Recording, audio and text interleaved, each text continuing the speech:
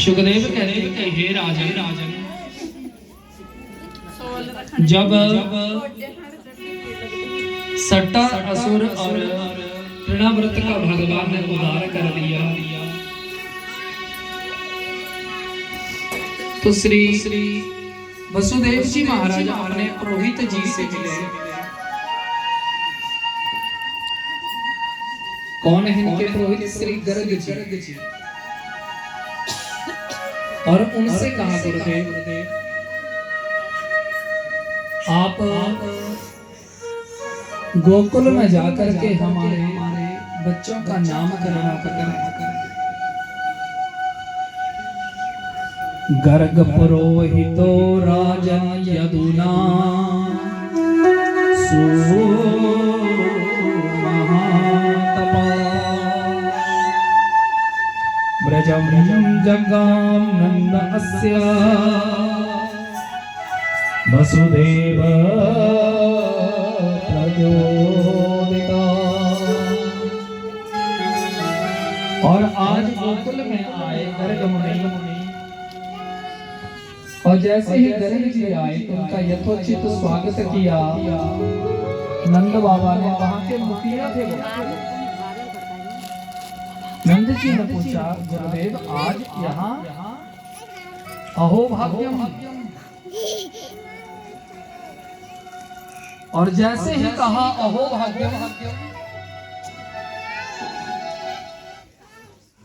कहा कि आज आप गोकुल में आए गुरुदेव, आज धन्य हो गया गोकुल।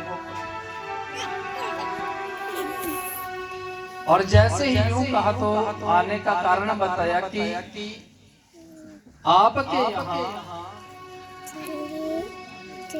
वसुदेव जी की पत्नी रोहिणी रहती है, और हम उनके बेटे का नामकरण करने आए हैं। हम उनके बेटे का नामकरण करने आए हैं। बोलिए वृंदावन बिहारी लाल की जय। हम उनके बेटे का नामकरण करने आए हैं। तो नंद जी ने हाथ जोड़े, गुरुदेव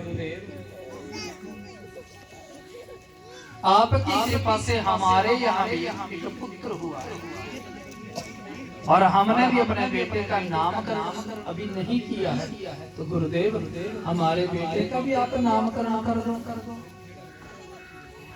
बोले नंद जी हमें कोई आपत्ति नहीं, लेकिन आप तो जानते हैं कि यदुना अहम आचार्य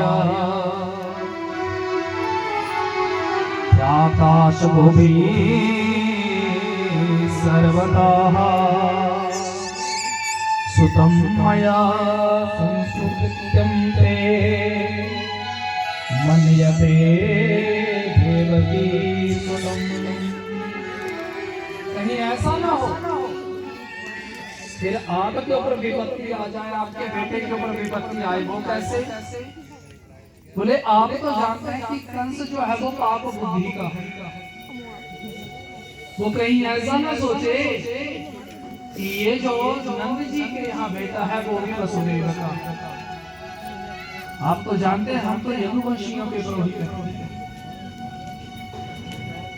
बोले फिर? बोले हाँ हम आपके बेटे का नामकरण कर देंगे, लेकिन इसलिए वहां ना हल्ला हुल्ला कोई ना हो, और एकांत और शांत और पवित्र स्थान पे। तो कहाँ रखा गया स्थान? गौशाला।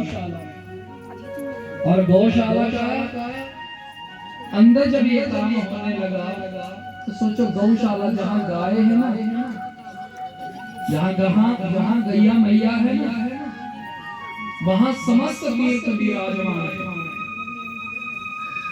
वहां समस्त नदियां विराजमान है।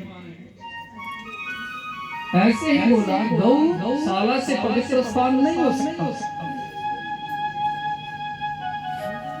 तो बोले गौशाला अति उत्तम, गौशाला के बीच में वो नामकरण होने लगा। और देखो भगवान जब आए तो भी रहस्य, जब गोकुल आए तो भी रहस्य, और अब नामकरण होने लगा तो भी रहस्य।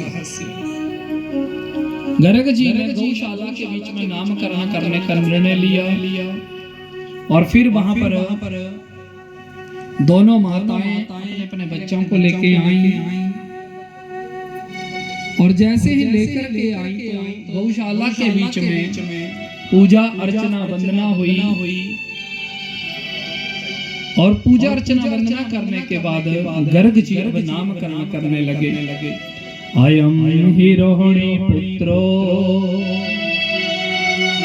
रमयन सुहदो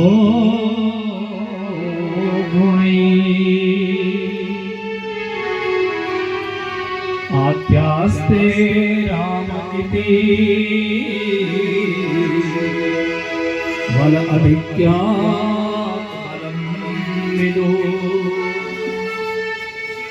अयम हि रोहिणी पुत्रो रमयन सुहदो गुणै, कि सुनिए ये रोहिणी का बेटा है, इसलिए इसका नाम रोहिणी है।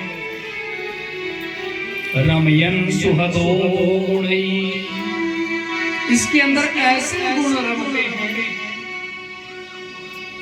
कैसे बोले कि जैसे त्रेता युग में राम के गुण थे, और ये जो त्रेता युग में राम थे ना